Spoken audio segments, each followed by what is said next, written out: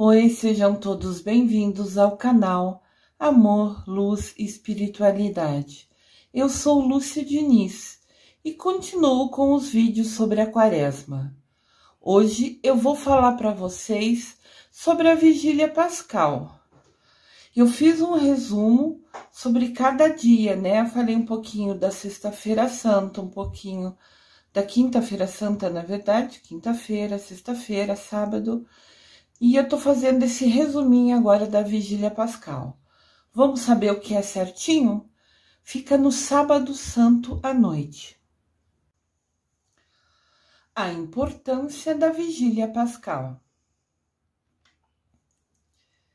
É uma vigília em honra ao Senhor, segundo uma antiguíssima tradição, conforme mostra em Êxodo, capítulo 12, versículo 42.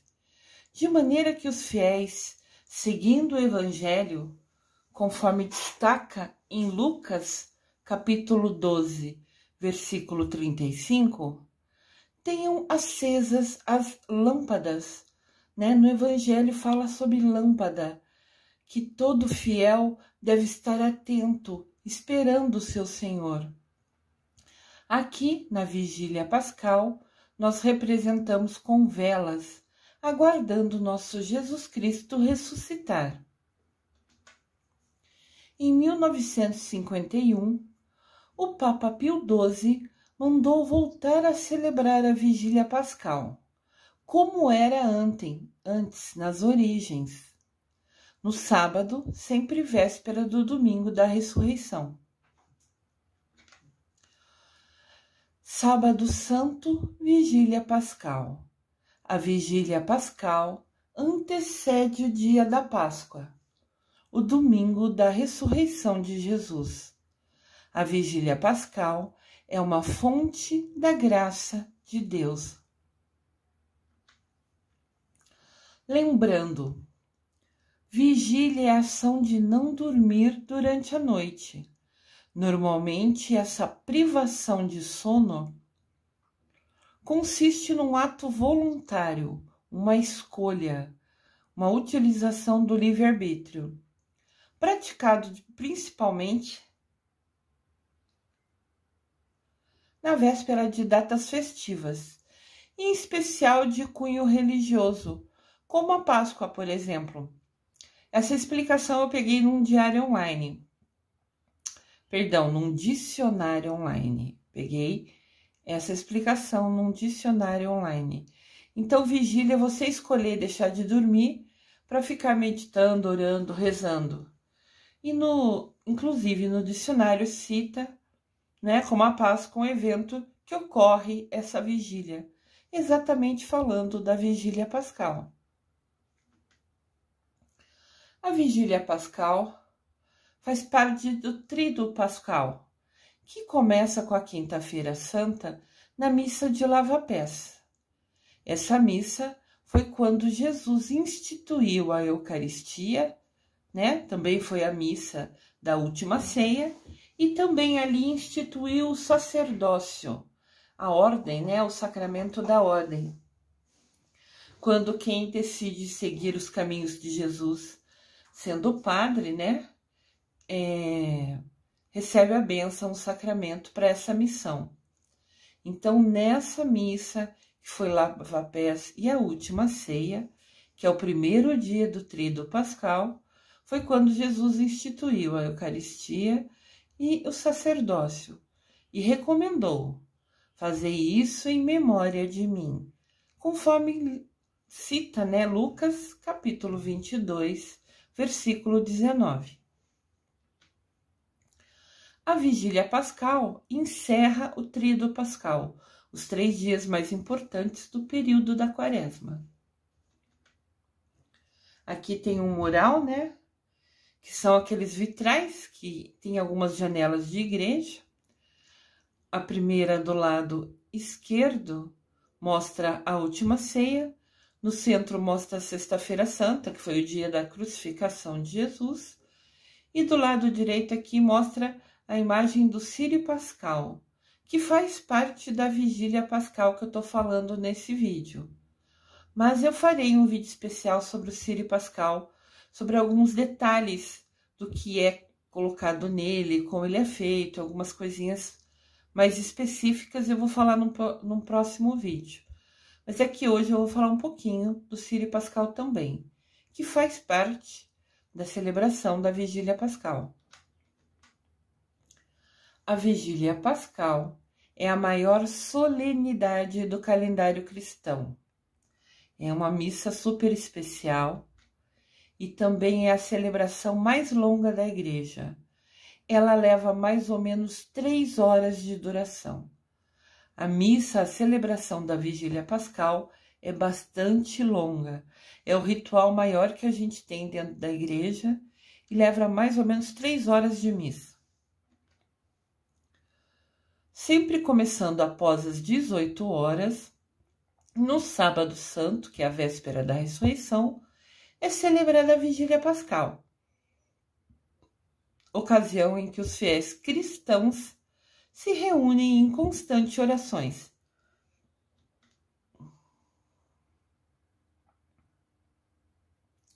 Eles costumam se reunir, ou rezando, e cada um com a sua velinha na mão, né?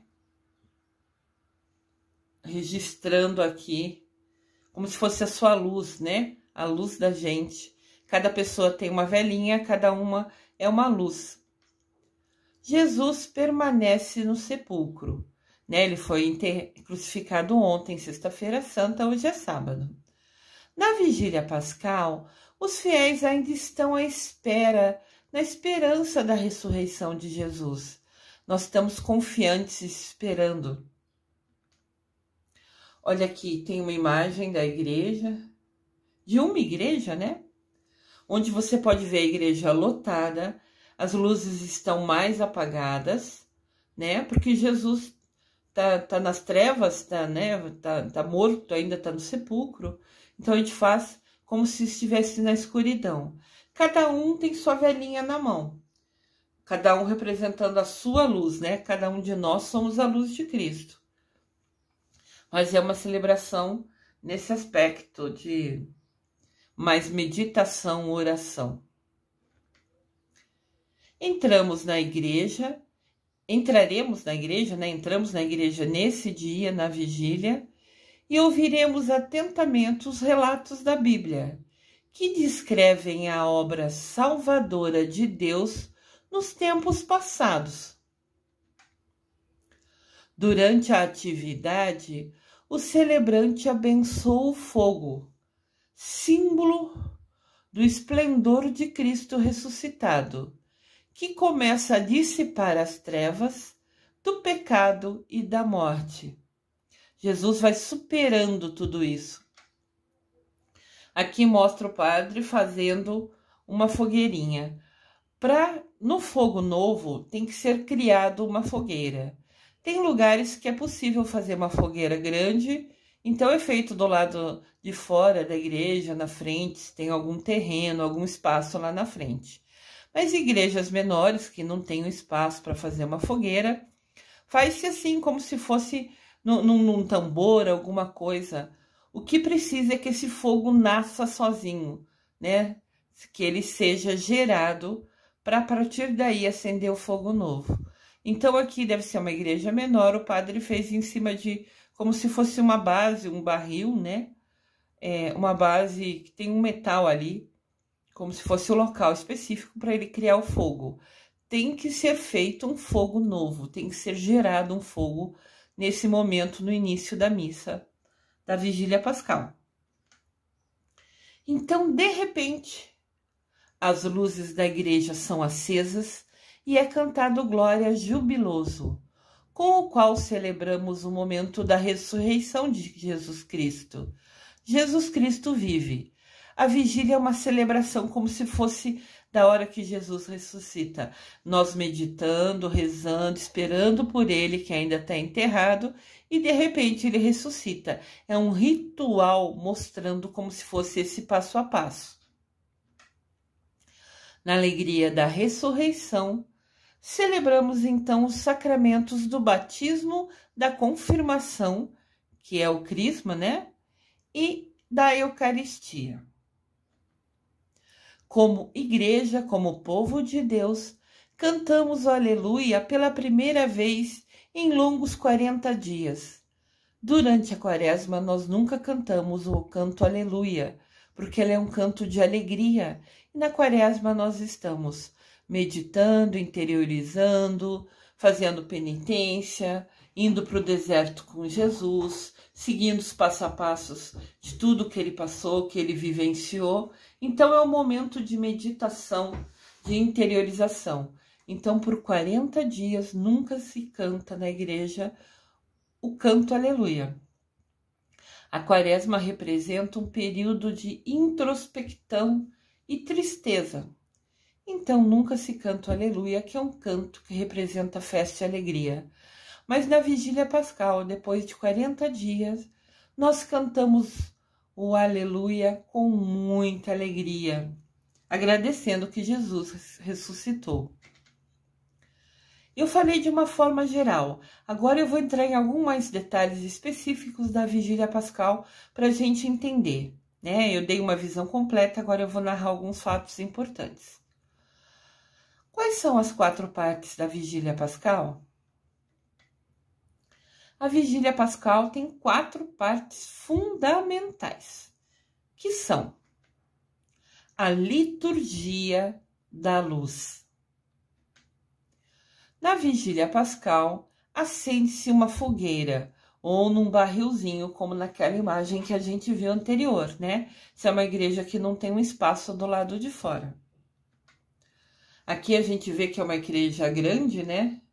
Então, do lado de fora foi feita uma fogueira num latão, né? Aqui no canto inferior direito. E é como se fosse a frente da igreja, né?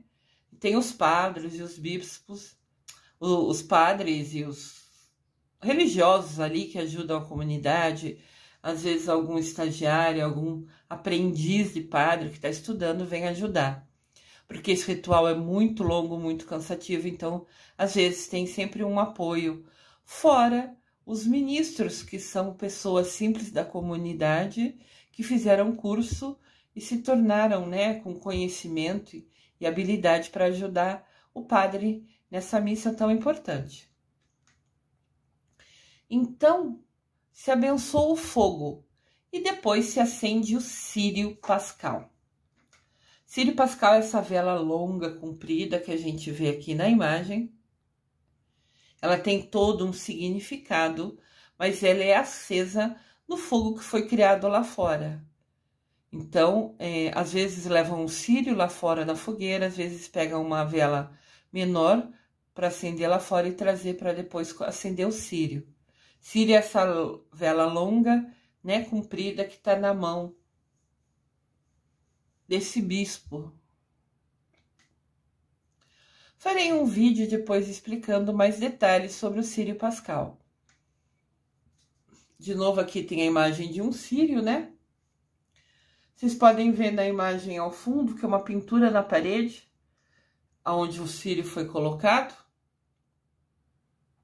Está escrito: Eu estou convosco. Essa é a pintura da parede dessa igreja específica, né? Eu estou convosco. Jesus falando com a gente, né? Sempre está conosco. Então teve a liturgia da luz, que acendeu o círio. Daí ocorre a liturgia da palavra.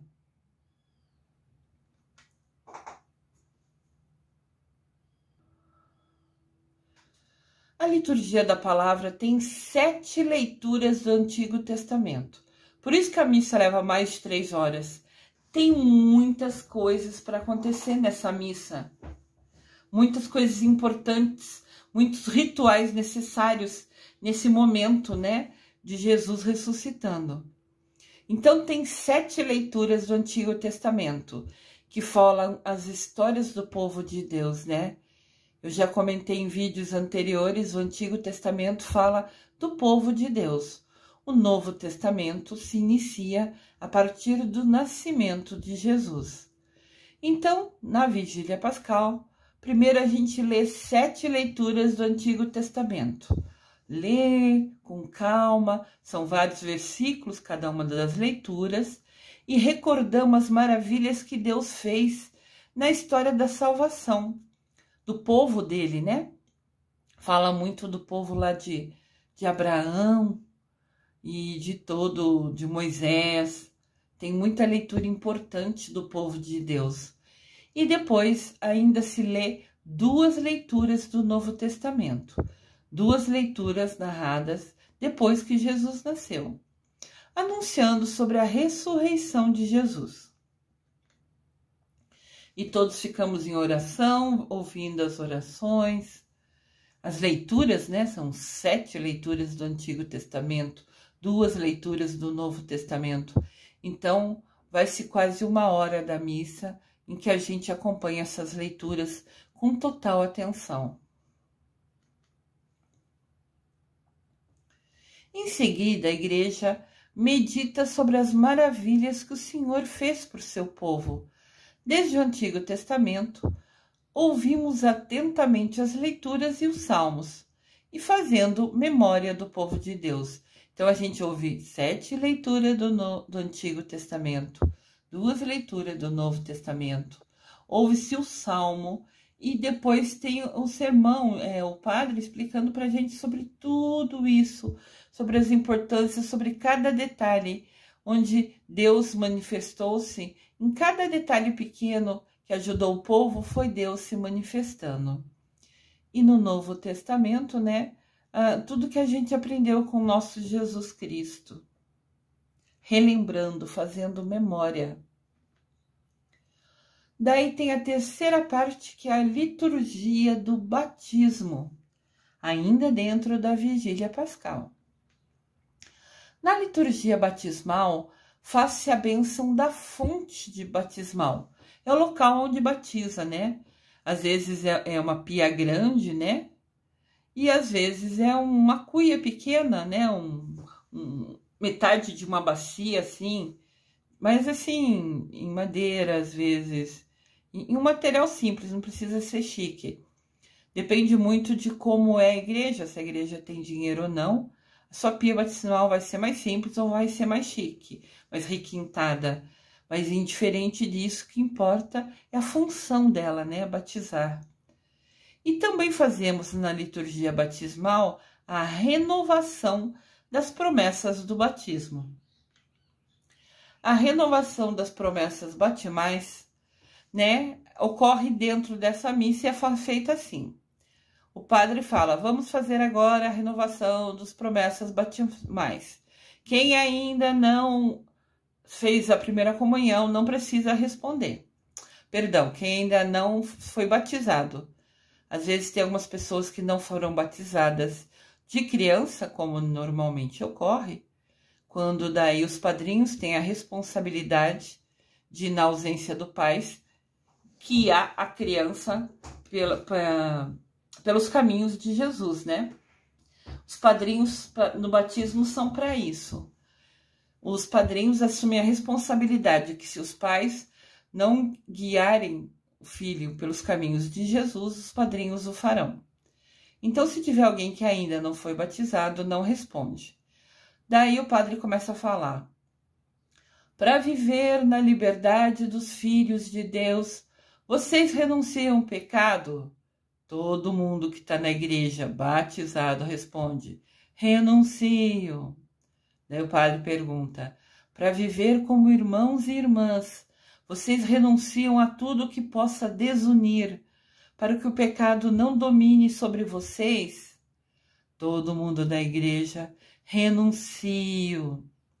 Para seguir Jesus Cristo, vocês renunciam ao demônio, autor e princípio do pecado? Todo mundo da igreja, renuncio. Então é um passo a passo de perguntas e respostas. Aqui são só exemplos.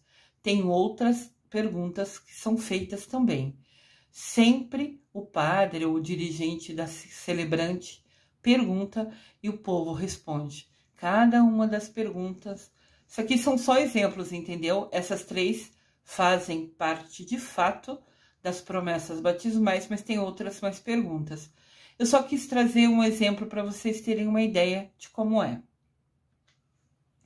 Depois, faz-se o canto da ladainha dos santos. É um outro momento da liturgia da palavra. Olha só, ladainha dos santos. O padre fala assim: Senhor, tende piedade de nós. A igreja toda responde: Senhor, tende piedade de nós. Daí o padre fala: Jesus Cristo, tende piedade de nós. Daí todo mundo da igreja fala: Jesus Cristo, tende piedade de nós. Daí ele fala de novo: Senhor, tende piedade de nós. E todo mundo da igreja responde: Senhor, tende piedade de nós. Daí a ladainha dos santos é assim, ele fala: Maria, Mãe de Deus. Daí todo mundo da igreja: rogai por nós. Ele fala: ó Virgem Imaculada. E todo mundo: rogai por nós. Depois vai: os anjos do Senhor, rogai por nós. Miguel e Rafael, rogai por nós. Santana e São Joaquim, rogai por nós. Esposo de Maria, rogai por nós. São Pedro e São Paulo, rogai por nós. São Cosme e São Damião, rogai por nós. Maria Madalena, rogai por nós. Então vai falando o nome de cada santo e todas as vezes a igreja responde: rogai por nós, rogai por nós. Cada linha dessa, eu não vou ler tudo, só quis trazer para vocês conhecerem, né? Cada linha dessa é uma frase que o padre vai falar e cada linha dessa nós vamos responder: rogai por nós. Então, eu penso que agora vocês estão entendendo porque a missa tem de 3 horas, né? São detalhes importantes, são rituais muito importantes nessa missa. Depois ocorre a bênção da água e a aspersão. É como se fosse, é quando o padre joga água na gente, não sei se vocês já viram isso. O padre põe água benta, né, no aspersor e joga a água em toda a assembleia. A assembleia é todo o povo que está ali, todo o povo de Deus que está ali na igreja vai ser aspergido com a água benta. E depois se reza uma oração universal. Essa é a imagem que eu quis trazer, não sei se todos conhecem, né? Nem todos nasceram católicos ou foram a uma missa, já participaram da Vigília Pascal. Alguns católicos até fogem da Vigília Pascal por ser uma missa bem longa, né? E você uma hora senta, depois se levanta, depois você senta, depois você levanta. Na hora de ouvir algumas leituras, você senta, na hora de fazer alguns cantos, você levanta. Então, é um ritual, assim, que requer uma energia da gente também, né? Esse aspersor, tá vendo esse coisinha aqui o Papa tá segurando? Você pega, primeiro ele abençoa a água, torna a água benta. Depois ele pega esse coisinha, tem um balde na mão dele, um baldinho bonitinho, douradinho, enfeitado, pequeno, que ele põe essa água e ele sai andando pelos corredores da igreja, jogando essa água nas pessoas. Eu lembro que quando a gente ia à missa, principalmente quando a gente era menor, eu era menor, as crianças ficavam felizes quando respingava alguma gotinha de água nelas. Nem sempre respinga, né? Tem muita gente aí. Normalmente essa celebração é uma das que mais lota, tem mais pessoas. É até meio difícil o padre andar nos corredores, no meio, no centro, porque tem pessoas às vezes sentadas no corredor da igreja, porque realmente é uma missa muito importante, é uma celebração muito importante. Mas assim, a gente, mais criança, ficava super feliz quando espirrava umas gotinhas de água. Daí sim se considerava abençoada, né? Mas o celebrante vai passar em todo o corredor da igreja, no corredor principal, jogando água. Pega e joga água, daí molha de novo no baldinho e arremessa. Molha de novo no baldinho e arremessa. Então ele também leva mais ou menos, dependendo do tamanho da igreja, uns 15, 20 minutos jogando água, abençoando todo mundo que ali está. Às vezes ocorre um batismo de criança ou adulto nesse momento. Mas como ela é uma celebração muito longa, maior, né, a mais comprida dentro da igreja, em horas, né, mais ou menos 3 horas. Tá vendo? Às vezes tem batismo. Aqui é um rapaz, provavelmente a família não batizou quando nenê, e ele escolheu por livre-arbítrio fazer a catequese de adulto e ser batizado. Então, nesse momento, ele está sendo batizado na Vigília Pascal. Mas, como eu disse, é uma celebração muito longa, então cada vez menos ocorre o batismo durante a Vigília Pascal. Mas, indiferente de ter o batismo ou não, a pia batismal vai estar sendo vista. Às vezes ela é pequena, ela está guardada em algum lugar na igreja. Mas nesse dia, nessa celebração, ela tem que estar visível. Porque ela vai ser utilizada no momento de abençoar a água. Antes de aspergir, né, de jogar no povo, ela tem que ser abençoada. Aqui é uma igreja provavelmente com mais condições, né? Então, vocês podem ver do lado esquerdo, perto de uma senhora que está aqui de vermelho, tem o Círio Pascal. É uma vela mais alta, mais comprida. E vocês veem aqui o padre abençoando a água enquanto joga ela, né, da jarra que está na mão dele, para a pia batismal, para onde ela, conforme ele vai jogando, ele vai fazendo as orações para abençoar. Você pode ver aqui essas três jovens que estão de vermelho, uma do lado esquerdo e duas do lado direito, são acólitos. São jovens que fazem um cursinho, né, um aprendizado para ser os ajudantes do padre. Ele pega a água, pega o vinho, ajuda a fazer algumas partes da missa, né? Meu filho foi acólito e eu fui catequista, né? A partir dos 12 anos, e eu treinei alguns acólitos. E tem um grupo muito querido e amado que foi importante no meu aprendizado como catequista, né? Então, esses três de vermelho são 3 meninas, me parecem, 3 moças. Elas são acólitos, são apoios do padre. E essa senhora de cabelo mais claro, que está segurando uma jarra na sua mão, ela é ministra do batismo. Ela fez um curso para ajudar o padre sempre em batismo. Dentro da igreja tem vários ministros. Da Eucaristia, que ajuda a entregar a comunhão, o corpo e sangue de Jesus. Tem a ministra da palavra, que é quem lê as leituras ou faz as leituras quando um padre não pode vir. É ela que explica as leituras. Tem a ministra dos enfermos, que visita os doentes do bairro para fazer uma leitura, ou que ajuda o padre em momentos que vai fazer velórios, assim, sempre tem alguns que pedem o padre. Daí alguns ministros acompanham eles para ajudar nesse ritual das orações. Aqui a gente pode ver que essa senhora provavelmente foi quem trouxe a água e colocou naquela jarra branca e está ao lado do padre enquanto ele faz a bênção da água. Então, ela é uma ministra do batismo, porque está ali apoiando ele. Apesar que também pode ser da Eucaristia, a ministra da Eucaristia poderia fazer essa função. Então, indiferente de quem é uma voluntária que fez um curso e nas celebrações se disponibiliza, se coloca a serviço para ajudar.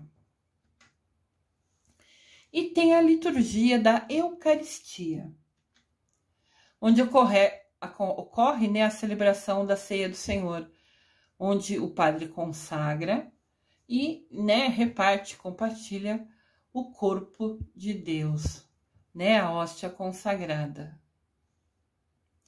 Lembrando que na Sexta-feira Santa é o único dia do ano que não ocorre consagração, é o único dia do ano que não transforma, né, a hóstia em corpo de Jesus.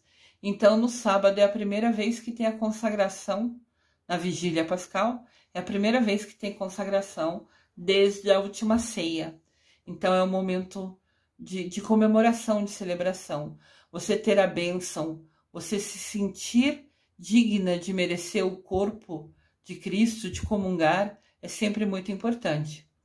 Você só pode comungar depois de fazer a primeira comunhão, que são mais ou menos 3 anos de curso, estudando. Toda semana tem uma aula, como a gente chama um encontro, toda semana tem um encontro, leva mais ou menos 3 anos a catequese, e daí as crianças vêm, ouvem falar sobre Deus, conhecem as parábolas, conhecem um pouquinho da história de Jesus, e tem o compromisso de participar das missas.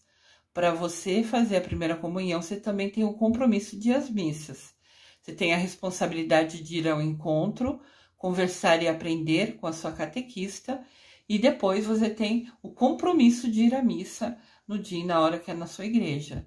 Para você, né, fazer a primeira comunhão, você tem que se comprometer, escolher se dedicar, né, a ir, a estudar, a conhecer e aprender sobre nosso Jesus Cristo, sobre Deus. Então, depois que faz a primeira comunhão, você pode vir a comungar. Lembrando que também ocorre a confissão, você falar o que você fez de errado, né? Eu lembro que as crianças sempre tinham muito medo, os meus aluninhos lá, né, da catequese. Ah, que eu vou falar pro padre? Eu não sei o que eu vou falar. Fala o que você sentir no seu coração. O que você sabe que você fez de errado? Porque a gente sabe que fez de errado uma coisa ou outra. Conversa com o padre, ele vai te perguntar e você responde. E ele dá a penitência. Quantas orações ou ações você tem que fazer para compensar o que você fez de erro.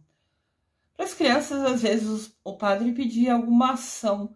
Claro que pedia Ave Maria, Pai Nosso, mas às vezes pedia uma ação. Ah, faz tal coisa para fazer isso, ajude em tal coisa para compensar aquilo, até para motivá-los a participarem mais da igreja, né? E sempre foi muito importante todo esse processo. Então, depois de você fazer a primeira comunhão, depois de você confessar, você está preparada, merecendo comungar, receber o corpo de Deus. O corpo e sangue normalmente é muito difícil de ser distribuído. É quando pega a hóstia, que é o corpo, e molha no vinho, que é o sangue. Esse vinho sempre é misturado com um pouco de água, porque o objetivo ali é representar Jesus. Nunca deixar ninguém, né, assim, grogue com vinho. Normalmente é um vinho especial, com baixo teor alcoólico também, para que seja só o símbolo. Mas é mais, assim, difícil o procedimento de dar o corpo e o sangue. Porque pegar cada hóstia, molhar em vinho e cada um comungar realmente é um processo mais longo. Então, ocorre poucas vezes. Mas a comunhão do corpo de Jesus, da hóstia, do corpo, né, sendo entregue, você merecendo, isso ocorre em toda missa que tem a hóstia consagrada. Mas você também pode falar, eu confessei, pensar, né? Eu confessei faz tempo, eu briguei lá com a minha mãe, me estressei com não sei quem, então eu não me sinto no meu coração merecedora de receber o corpo de Cristo. Então, nesse dia eu não comungo. Daí eu tento ir confessar, para na próxima missa já poder comungar.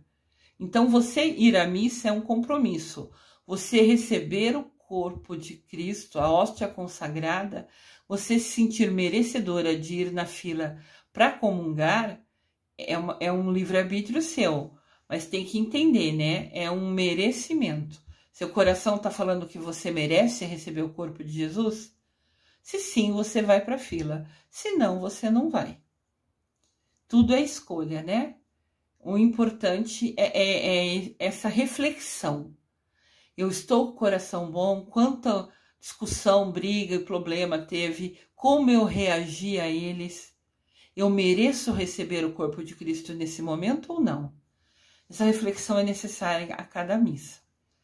Então, voltando à Vigília Pascal, você é quem é merecedor, quem se sente digno, né, de receber o corpo de Cristo, vai até a fila, onde o celebrante ou os ministros da Eucaristia lhe entregam o corpo de Cristo.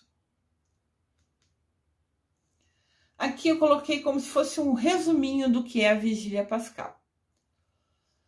A Vigília Pascal é celebrada no Sábado Santo. É dia de recolhimento, orações e preparação para a celebração da Páscoa.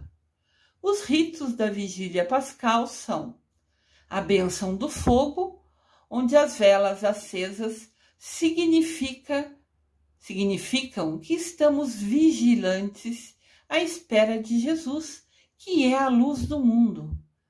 Na liturgia da palavra, meditamos a palavra de Deus, que relatam os desígnios de Deus e sacrifícios que Jesus viveu por nós. Bênção da água batismal. A água é benzida para se encher do Espírito Santo. A água se torna benta, então ela recebe o Espírito Santo. Pela água, lavamos os nossos pecados e nos renovamos para a vida cristã.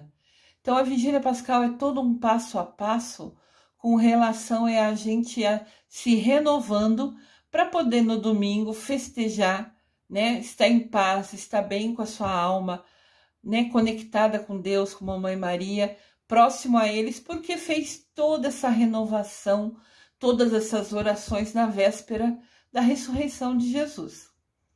E a liturgia da Eucaristia é a presença de Cristo em espírito, sendo a hóstia o seu corpo e o vinho o seu sangue. Mas como eu disse, quase nunca é distribuído o vinho, né? É um processo mais lento. Então, é um resuminho, são essas 4 partes que fazem parte da celebração da Vigília Pascal. É uma celebração linda, com momentos de energia intensos, com um momento de reflexão, de interiorização, mas por ser tão detalhada, tem tantos passo a passos nesse ritual da nossa purificação, da nossa conscientização. É uma missa que leva mais ou menos 3 horas. Importante frisar aqui, a bênção do fogo novo é quando se acende o círio pascal, e ela representa a presença de Jesus ressuscitado na comunidade. Quando a gente acende o círio pascal, aquela vela longa, e ela foi acesa no fogo novo, no fogo criado a partir do nada. Não importa se é numa fogueira do lado externo da igreja ou se é num barrilzinho na lateral da igreja, não tem problema. É a mesma força, é a mesma energia. O fogo que renasce, o fogo novo, representa a presença de Jesus ressuscitado. A bênção do fogo novo é a preparação do círio pascal e a missa da Vigília Pascal. Tudo isso é no mesmo dia, entendem? Tudo isso é muito importante. Então, esse fogo que renasce é Jesus ressuscitando. A Vigília Pascal é uma celebração solene, importante, com uma catequese muito profunda. Catequese é um ensino, é um aprendizado. Nessa missa a gente lê vários textos, né? Lê-se a Bíblia, várias coisas. Então a gente vai aprendendo, entendendo, se conectando. Catequese é o aprendizado, né? Então é uma celebração que traz muito aprendizado, porque tem muita leitura, muita reflexão sobre os textos, né? Relembrando a vida de Jesus Cristo, tem muita coisa que a gente aprende nessa missa. E é quando a gente participa da Vigília Pascal, cheio de atenção, prestando atenção, mesmo tendo 7 textos do Antigo Testamento, 2 do Novo Testamento, tendo o Salmo, mesmo com tantas leituras, a gente vai lá de coração aberto. Tá faltando a palavra exata aqui, mas assim, aberta para receber o aprendizado, para receber todos os ensinamentos que nos serão dados ali. Então a gente vai para a Vigília Pascal com total atenção e vontade de nos encontrarmos com o Senhor. Então ficamos maravilhados com a beleza e o esplendor de Jesus Cristo, nossa luz. Quando a gente participa desse ritual, a gente renova as nossas promessas batismais. A gente reafirma que quer ficar perto de Jesus Cristo. A gente reafirma que quer seguir os ensinamentos dele. Então, todo aquele processo, o fogo nascendo do nada, né? tendo um fogo novo, representando Jesus ressuscitado. É uma celebração abençoada de energia, de bênçãos e de muito aprendizado. Aprendizado esse para nossa alma. O que a gente aprende, ninguém tira da gente. O que a gente aprende vai ficar com a gente eternamente. E essa missa traz um aprendizado e uma energia de renovação, de fé, de esperança, de crença, de confiança no nosso Jesus Cristo. Lembrando que Jesus Cristo é a luz do nosso mundo. Jesus Cristo é a luz do mundo. A Vigília Pascal é a espera na certeza da ressurreição do Senhor. Então a gente começa refletindo, vai comemorando, canta o hino do Glória, fica alegre, festeja da certeza da ressurreição de Jesus Cristo. E finalizamos comungando, recebendo o corpo dele, agradecendo por merecer estar unido com Jesus através do seu corpo. É uma missa, uma celebração especial, muito iluminada, que faz bem para nossa alma. Eu desejo amor e luz a todos.